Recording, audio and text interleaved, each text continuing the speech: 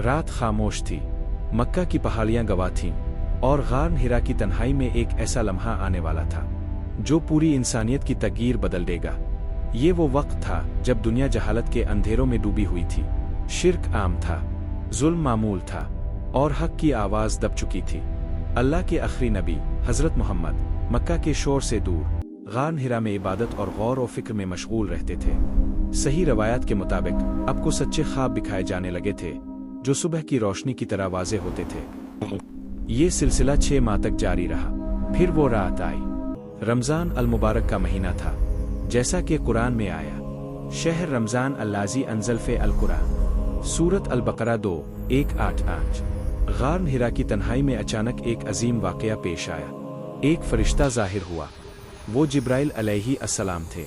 उन्होंने कहा, इक़रा। आपने फरमाया, मा अना बिक़ारि, मैं पढ़ नहीं सकता। ये वाक़या सही बुखारी में तफसील से बयान हुआ है।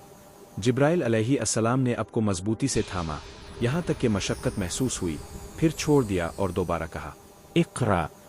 आपने वही जवाब दिया। तीसरी मर्तबा यही हुआ। फिर जिब्राइल अलैहि अस्सलाम ने वो अल्फाज सुनाए जो क़यामत तक गूंजते रहेंगे। इक़रा बिस्मि रब्बिकल्लज़ी खलक़, खलक़ल इंसान मिन अलक़, इक़रा व रब्बकल अकरम, अल्लज़ी अल्लम बिलक़लम, इल्मुल इंसानी मा लम यअलम। 96:1-5। ये कुरान की पहली नाजिल होने वाली आयत थी। ये लम्हा नबूवत का आगाज़ था। हज़रत मोहम्मद लरसते हुए गार से निकले। दिल पर इस वाक़ये का गहरा असर था।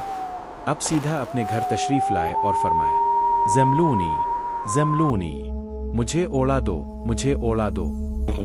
हज़रत खदीजा रज़ी अल्लाह अन्हा ने आपको तसल्ली दी। आपने सारा वाक़या बयान किया।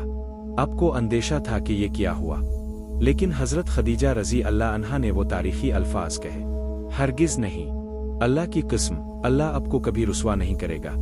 आप सिला रहमी करते हैं, सच बोलते हैं, कमज़ोरों का बोझ उठाते हैं, मेहमान नवाजी करते हैं और हक के कामों में मदद करते हैं। फिर वो आपको अपने चचाज़ाद भाई वर्का बन नौफल के पास ले गए। वर्का अहले किताब में से थे और साका आसमानी किताबों का इल्म रखते थे। उन्होंने सारा वाक़या सुना और कहा, ये वही नामूस है जो मूसा अलैहि अस्सलाम पर नाजिल हुआ था। उन्होंने कहा, काश मैं इस वक्त जिंदा रहूं जब आपकी कौम आपको निकाल देगी। आपने फरमाया, क्या वो मुझे निकाल देंगे? वर्का ने कहा, जो भी इस पैगाम के साथ आया, इसकी मुखालफत की गई। ये आगाज़ था एक अजीम मिशन का। ये आगाज़ था हिदायत के नूर का। ये वो लम्हा था जब ज़मीन और आसमान के दरमियान आखिरी वही का सिलसिला शुरू हुआ। ये वो लम्हा था जिसने तारीख़ का रुख बदल दिया।